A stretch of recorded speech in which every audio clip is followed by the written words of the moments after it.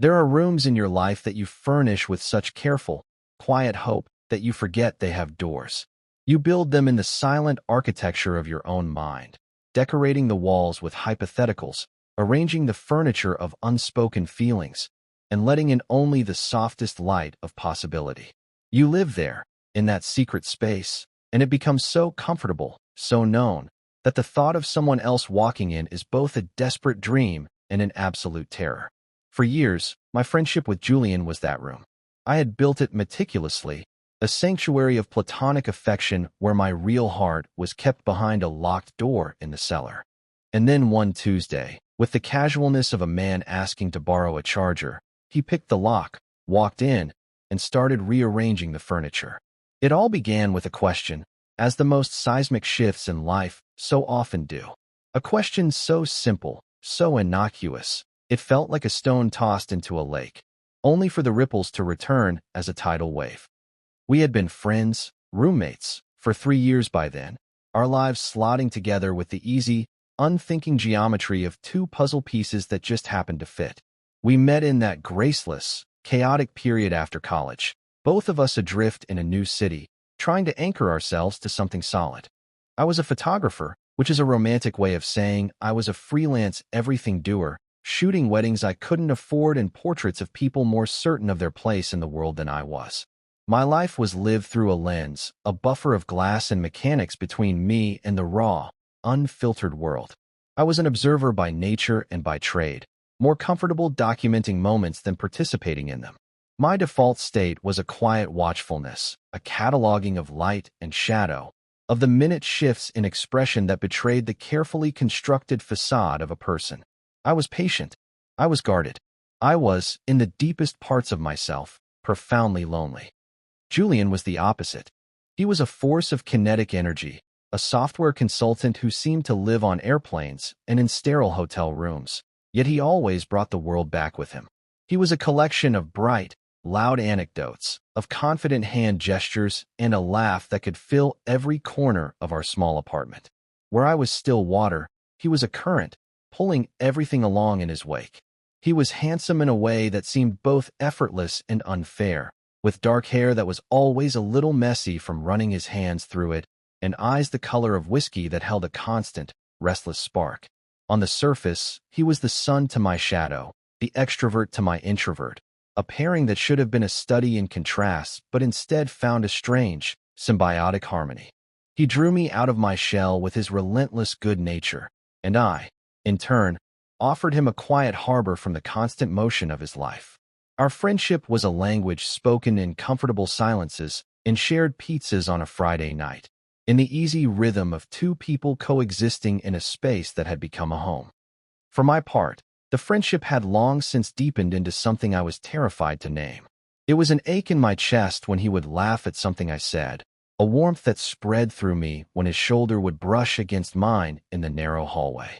I had photographed him, of course, not for work, but for myself, in stolen moments when the afternoon light would spill across the living room floor and catch in his hair as he read, or when he would stand on our tiny balcony, silhouetted against the bruised twilight of the city. These images were my secret confessions, pixels and light arranged to say everything I never could. I loved him. I loved him in a quiet, hopeless, and reverent way, the way an astronomer loves a distant star, with an appreciation for its beauty and a bone-deep understanding that it is a universe away, utterly untouchable. I had long ago accepted this as the price of his friendship, a toll I paid willingly to keep him in my orbit. I had built my carefully furnished room and had resigned myself to living in it alone. The question came on a Tuesday night in late October. The air outside had finally turned sharp with the promise of autumn, and we were slouched on opposite ends of our worn-out gray couch, the television murmuring some forgettable sitcom in the background. Julian had just gotten back from a 2-week trip to the West Coast, and the familiar signs of his post-travel exhaustion were setting in. His movements were slower, his usual vibrant energy banked to a low ember. He had an empty bowl of ramen on the coffee table and was scrolling idly through his phone, the blue light illuminating his face in the dim room. I was pretending to read a book, but mostly I was just soaking in his presence, the simple comfort of having him back in our shared space, filling the silence that always felt a little too loud when he was gone. He sighed, a long, weary sound, and tossed his phone onto the cushion beside him. God, I hate dating apps. I looked up, marking my page. Bad swiping. I asked, keeping my tone light. He was on and off them constantly, a cycle of enthusiastic engagement followed by bored deletion. He had a girlfriend, Amelia, a long-distance arrangement that seemed to exist more in theory than in practice. They saw each other a few times a year, and their relationship felt to me like an abstract concept, a placeholder he kept out of convenience or a fear of being truly alone. It's not even the swiping, he said, rubbing his eyes. It's the whole performance. The trying to guess what someone wants you to be. It's exhausting. He turned his head to look at me, his gaze direct and uncharacteristically serious. You never talk about it. Dating. I felt a familiar tightening in my gut. This was a territory I avoided with practice skill. Not much to talk about, I said with a small shrug. Busy with work, it was my standard, flimsy excuse. He watched me for a moment, a thoughtful expression on his face. He seemed to be seeing me not just as his roommate, his friend, but as a separate entity with a life he knew little about. It was unnerving. Then came the question, the simple, 5-word sentence that would become the epicenter of everything that followed. What's your type, Leo? The air in the room seemed to thin, to crystallize. It was such a normal question, the kind of thing friends asked each other all the time. But coming from him, directed at me, it felt like a surgical instrument probing at the one part of my life I kept completely hidden. My type. My type was standing on a balcony at dusk. My type was the sound of a key in the lock at the end of a long day. My type was messy dark hair and whiskey-colored eyes and a laugh that felt like coming home. My type was him. I could feel the blood rushing to my face, a hot wave of panic. I looked down at my book, at the meaningless black letters on the page. I don't know. I mumbled, the words feeling thick and clumsy in my mouth. I don't really have one. Bullshit, he said, but his tone was gentle, not accusatory. Everyone has a type. Come on. Tall, short, funny, serious, artist, banker. He was trying to make it a game. To lighten the mood he must have sensed had suddenly shifted. I scrambled for a safe answer, a composite sketch of a person who was nothing like him. I guess. Quiet. I started, the word feeling like a betrayal even as I said it. Someone. Calm. Creative, maybe. Someone who likes staying in. I was essentially describing a female version of myself, a bland and unthreatening phantom. I was painting in shades of beige to hide the fact that my entire world was colored in shades of Julian. He was quiet for a long moment, and I risked a glance at him. He was staring at the television, but his eyes were unfocused, his brow furrowed in thought. He seemed to be taking my fabricated answer and turning it over in his hands, examining it from all angles. Huh, he said finally, a soft, breathy sound. Quiet. Calm. Okay, and that was it. He picked up his phone again. The conversation seemingly over, the moment passed. I felt a wave of relief so profound it left me feeling weak, but it was mingled with a familiar, bitter tang of disappointment. I had successfully navigated the minefield, had kept my secret safe. But in doing so, I had also reinforced the very walls I sometimes dreamed of tearing down. I went back to pretending to read my book, but the words swam before my eyes. The room was no longer comfortable. The door I had forgotten existed was now standing wide open, and I was terrified of what might walk through it. The shift began subtly, as most fundamental changes do. It wasn't a sudden earthquake, but a slow, almost imperceptible continental drift. A few weeks after our conversation about my type, Julian and Amelia broke up. He told me about it in the same casual tone he might use to describe a delayed flight. They had mutually agreed, he said, that the distance was untenable, that they were more like pen pals than partners. There was no drama, no heartbreak. If anything, he seemed more relieved than upset, as if a long, low-grade obligation had finally been lifted. I offered my condolences, the standard, practiced script of a supportive friend, but inwardly, a small, treacherous seed of hope began to germinate in the dark soil of my heart. I immediately tried to crush it. His being single didn't change the fundamental equation between us. It just removed one variable. But his newfound singleness coincided with a brutal project at his firm. The trips became more frequent, the hours longer.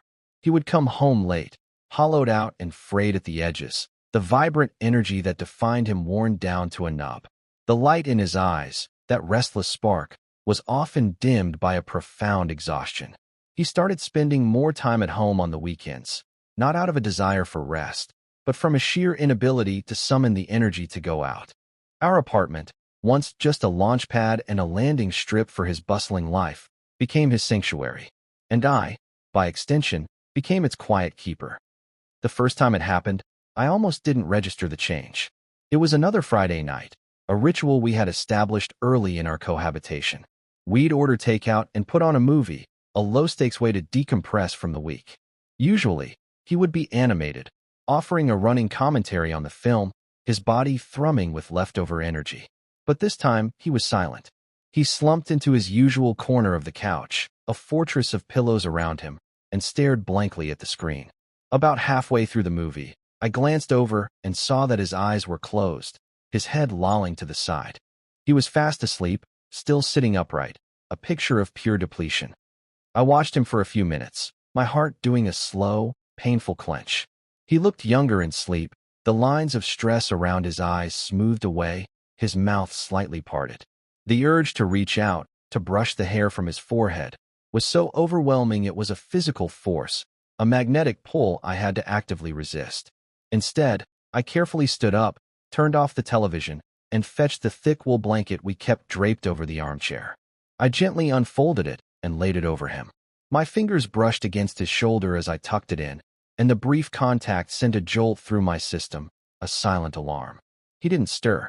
I retreated to my room, my own body humming with a strange mix of tenderness and anxiety. I had maintained the boundary. I had been a good, platonic friend. The next week, it happened again. This time, however, as he drifted off, his body relaxed completely, and he slumped sideways, his head coming to rest on the large cushion that separated our respective ends of the couch. It was a no-man's land, a buffer zone we had always unconsciously maintained. But now he had breached it. I could feel the warmth of him through the fabric, smell the faint, clean scent of his shampoo. My entire being went on high alert. Every nerve ending on my left side was aware of his proximity. I sat ramrod straight, my book forgotten in my lap, my breathing shallow. I was a statue, terrified that any movement would either wake him or, worse, somehow be interpreted as an invitation. He slept for over an hour, his soft breaths a steady rhythm in the quiet room. When the movie ended, I didn't move. I just sat there, in the dark, caught between the sheer agony and the exquisite bliss of having him so close. This became our new ritual. Friday nights, and sometimes other nights when he was home and beaten down by work, would end this way. He would fall asleep on the couch, and each time, some invisible barrier would dissolve just a little bit more. The slump against the middle cushion became a lean, and the lean eventually became his head resting directly on my thigh. The first time his head made contact with my leg, I swear my heart stopped.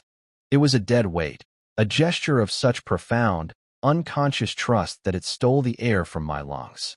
He was using me as a pillow. The casual intimacy of the act was staggering. It was something a boyfriend would do, not a roommate. And yet, it was happening. I sat there for what felt like an eternity, my leg muscles screaming in protest, a fire spreading from the point of contact through my entire body. I could feel the soft strands of his hair against the denim of my jeans.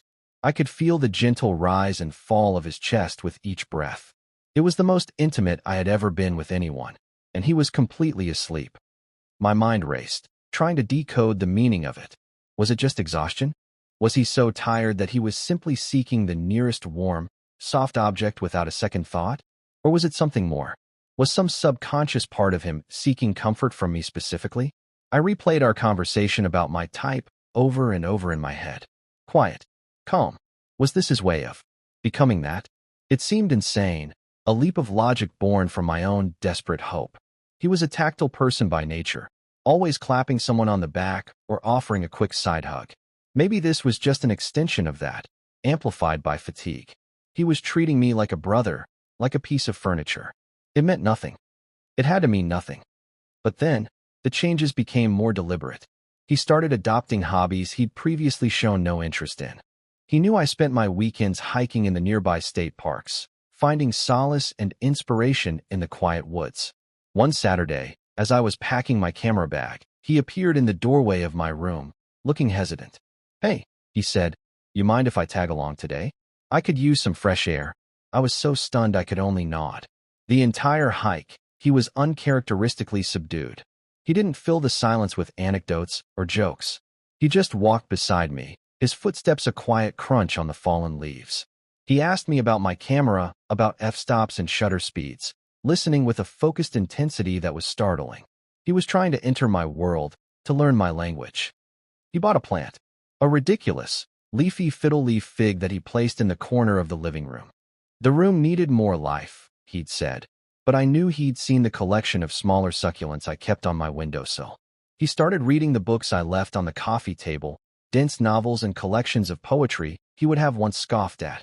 He even tried to meditate one morning, sitting cross-legged on the floor with a guided meditation app playing from his phone, his brow furrowed in a comical display of concentration.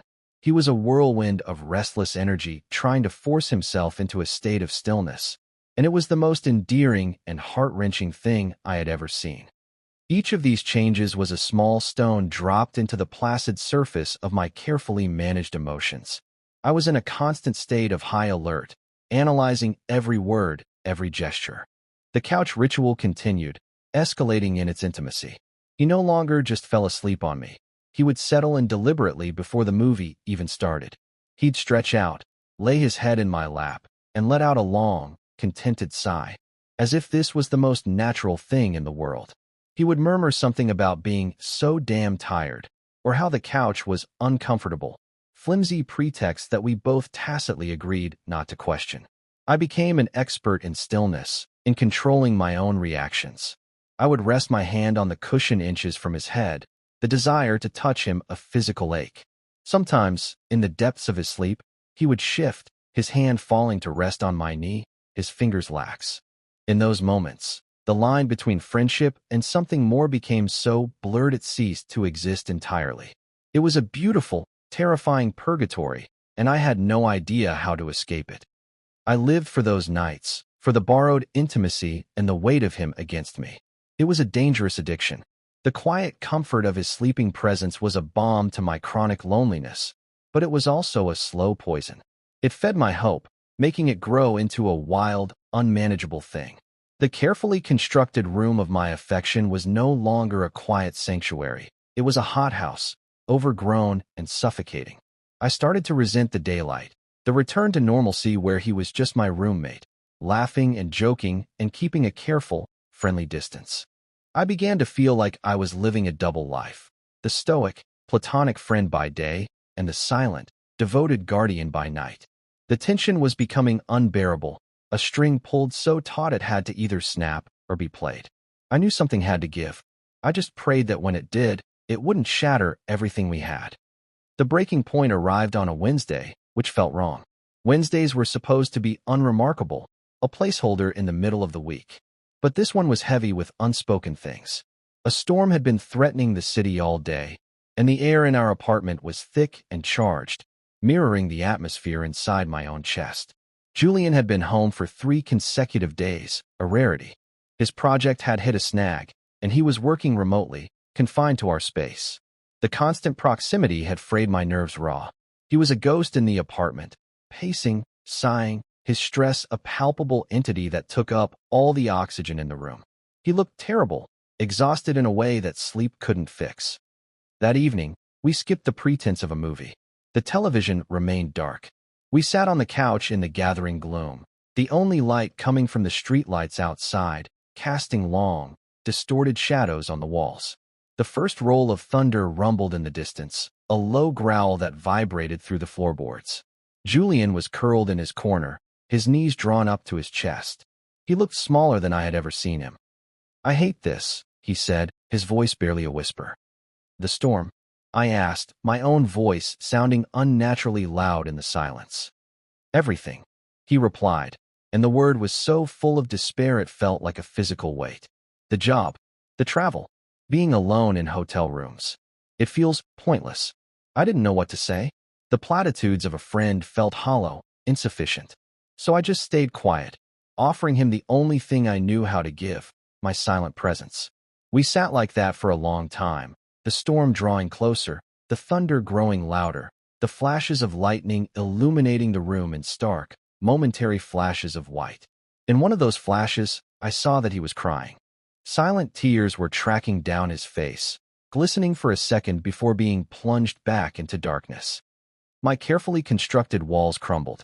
All the analysis, the fear, the overthinking, it all dissolved in the face of his raw, undisguised pain. Before I could second-guess myself, I moved. I shifted across the expanse of the couch, closing the distance between us. I sat beside him, not touching, just being near. He didn't pull away. Instead, he uncurled himself and, with a slow, hesitant movement, he leaned against me. Not like he did when he was asleep, with the dead weight of unconsciousness. This was a deliberate act.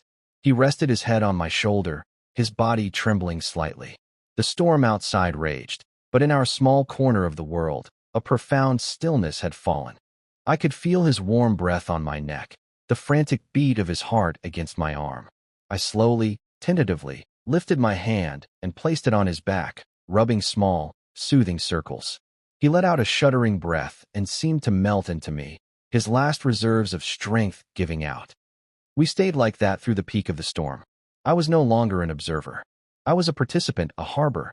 The weight of his head on my shoulder felt right, like a missing piece of myself had finally clicked into place.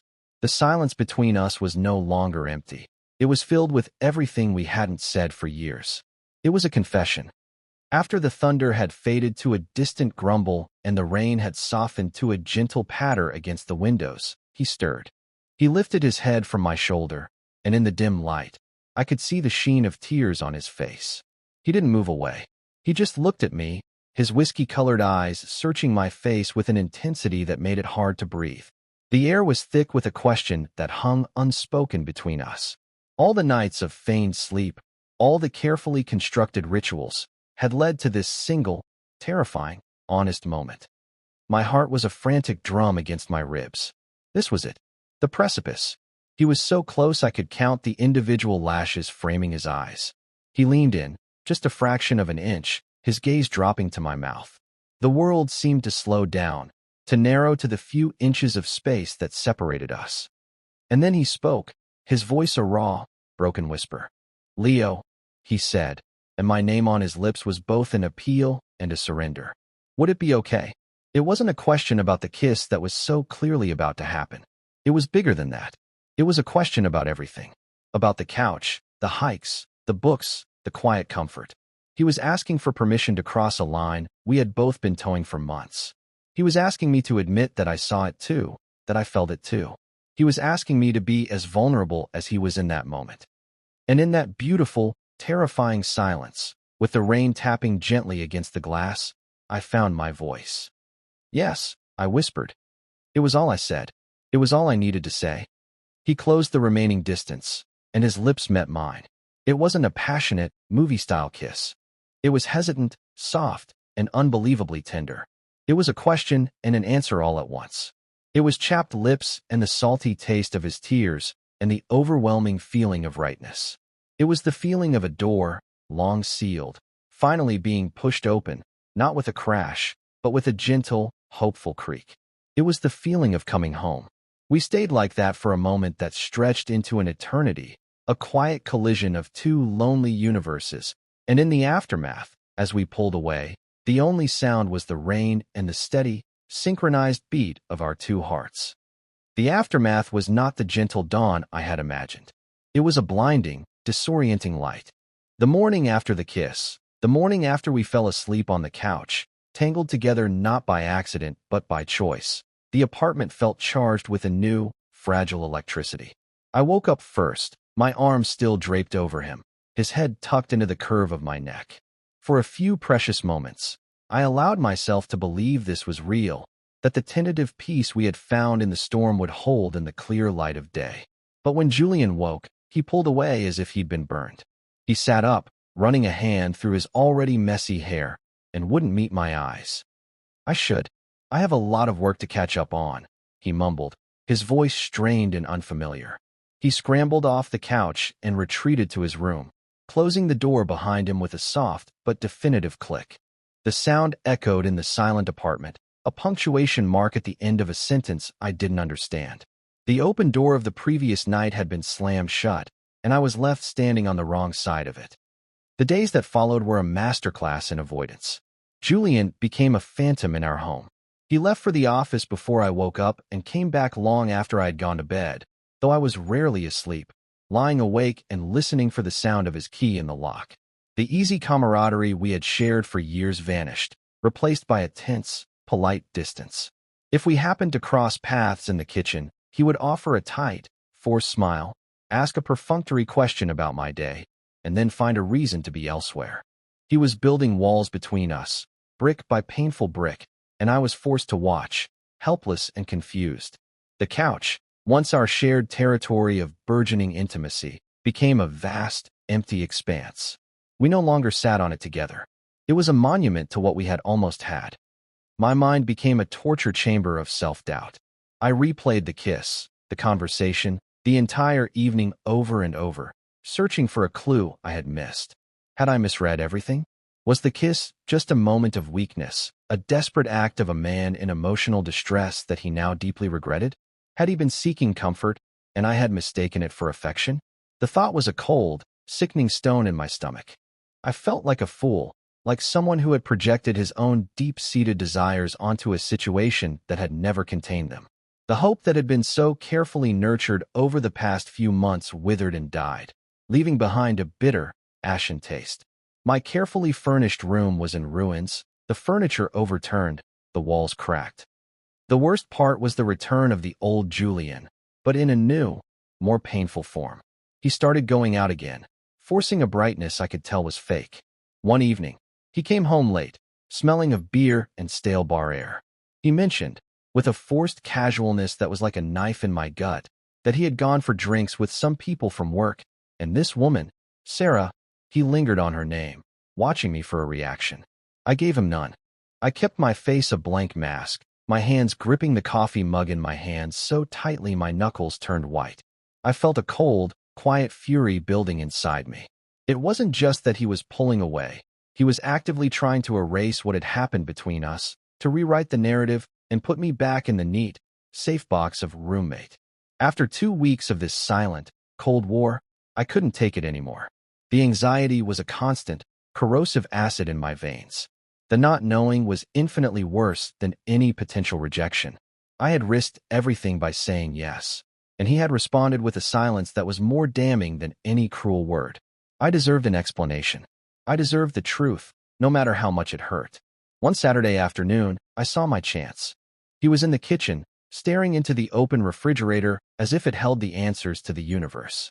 His shoulders were slumped, and even from behind, I could see the exhaustion and conflict radiating from him.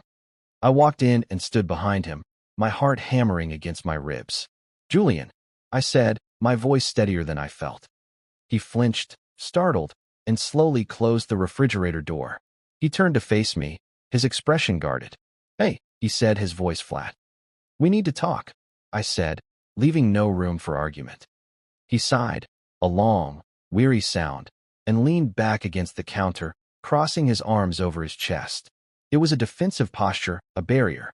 "Leo, I don't think." "No." I cut him off, a sharpness in my tone that surprised us both. "You don't get to do this.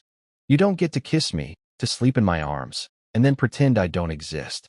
You don't get to just erase it because it makes you uncomfortable." The words poured out of me, fueled by weeks of hurt and confusion. I had been going out of my mind. If it was a mistake, then just say it. If you regret it, fine. But you have to say something. This silence, it's cruel.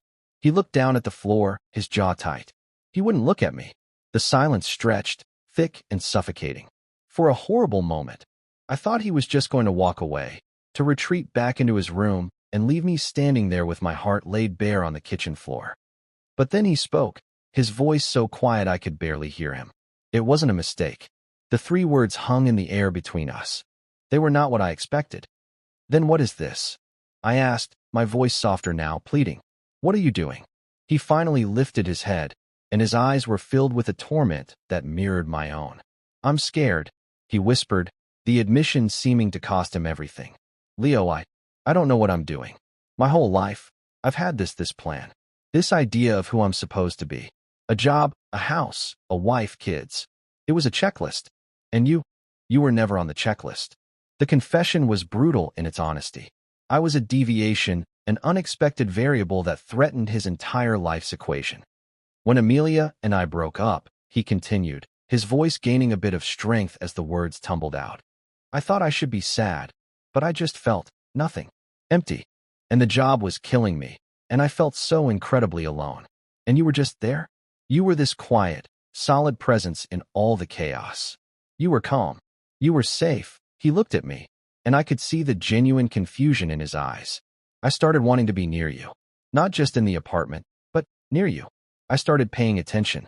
I saw the way you look at the world, how you find beauty in small things. I started wanting to be the kind of person you would notice. My breath hitched. My fabricated type, he had taken it as a blueprint. That night, he went on, his gaze dropping again, with the storm. I was at my lowest point, and you were there. And when I kissed you, it was the first thing that has felt real, truly real, in years. It felt like I could finally breathe. He looked up at me again, his expression desperate. And that's what scares me, because I don't know what it means. It's not part of the plan, and I'm terrified of what people will think. My family, my friends. I'm terrified of what I'm supposed to do with this feeling that makes no sense, but feels more right than anything else in my life. He finally fell silent. All his fear and confusion laid bare between us. My anger had evaporated, replaced by a wave of profound, aching empathy. He wasn't rejecting me. He was struggling with a fundamental shift in his own identity. He wasn't running from me. He was running from himself. I closed the small distance between us and stood directly in front of him. I didn't reach for him. I just waited. Julian, I said softly. Look at me. He did. His eyes were shining with unshed tears. There is no plan, I said, the words coming from a place of deep certainty. There's no checklist. There are just moments. There are just people. And there is what feels right. I took a deep breath. What you feel doesn't have to make sense to anyone else. It doesn't even have to make sense to you right now. But you can't run from it. And you can't punish me, and yourself, because you're scared. I finally risked it, reaching out and placing my hand gently on his arm. His muscles were tense beneath my touch. You don't have to have all the answers. You just have to stop running. He stared at me, his chest rising and falling rapidly. He looked from my eyes down to my hand on his arm and back again. The battle was visible on his face, the war between a lifetime of expectations and a single moment of truth. And then, slowly, I saw the tension begin to leave his body. His shoulders slumped, not in defeat, but in surrender. He unfolded his arms, and, with a shaky hand, he covered my hand with his own. His fingers were cold, but they laced through mine, a tentative, desperate grip. I don't want to run anymore, he whispered. And then the tears he had been holding back finally fell. He didn't sob, but they streamed down his face, and he made no move to wipe them away. He just stood there, holding my hand, and let me see all of his broken, beautiful, terrified truth. And I stood there with him, holding on, not as an observer, but as an anchor. The storm was finally over. The conversation in the kitchen was not a magic cure. It was the beginning of a new kind of work, the slow, patient process of building something honest on the foundations of what we had almost destroyed. There were no grand declarations, no immediate shift into a defined relationship. Instead, we entered a period of quiet negotiation, of learning a new language together.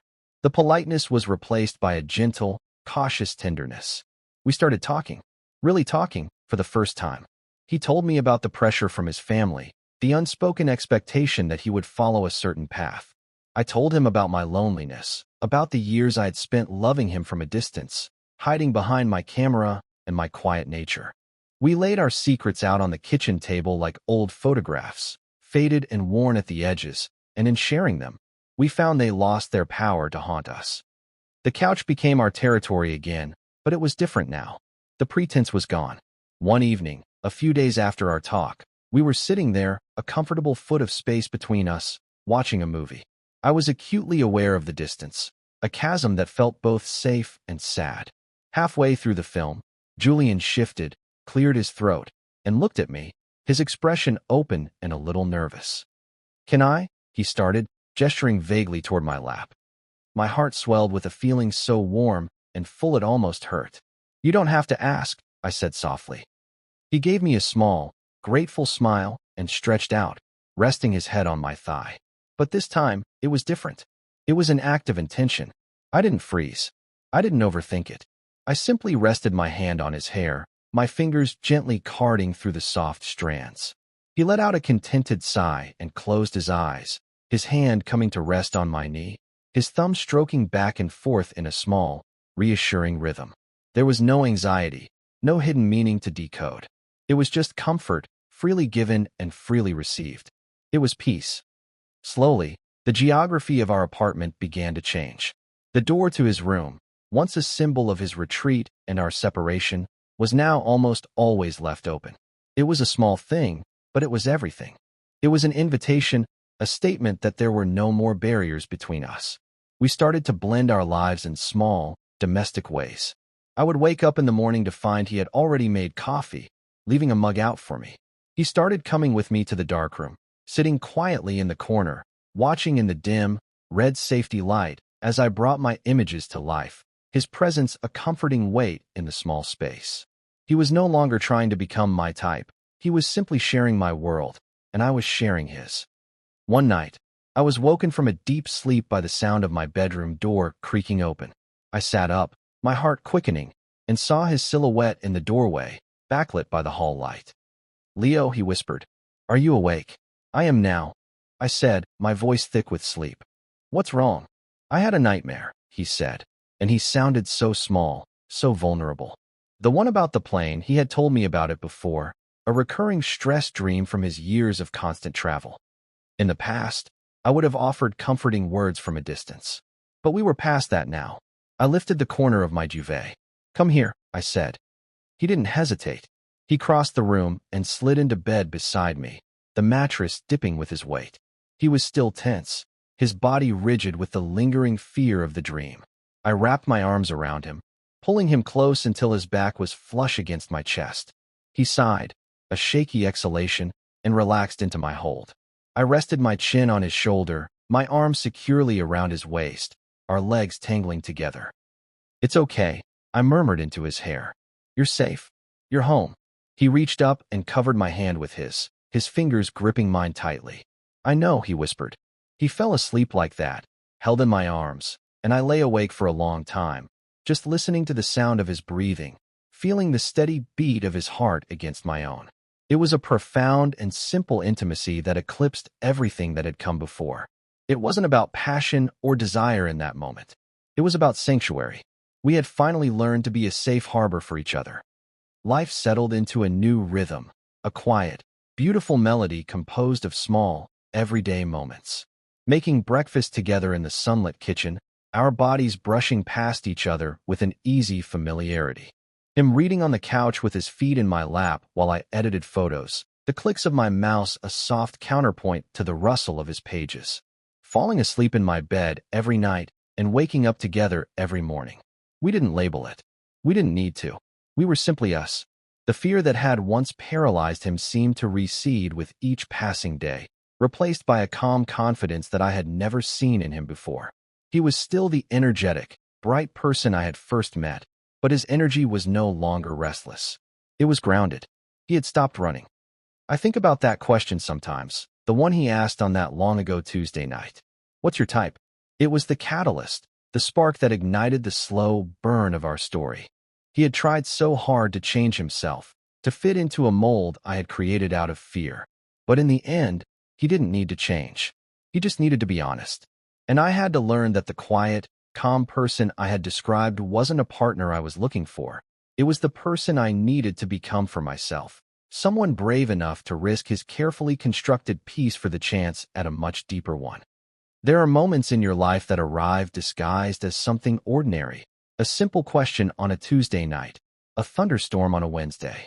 You don't recognize them as turning points at the time. They are just doors, standing slightly ajar, inviting you to see what's on the other side. For years, I had been too afraid to even touch the handle. But he, in his fear and his confusion and his beautiful, fumbling honesty, had reached out and pushed it open for both of us. And on the other side, we found not a grand, dramatic new landscape, but something far better. We found a quiet room, filled with light, a place where we could finally be at rest. We began to heal in the beautiful, honest silence we had learned to create together.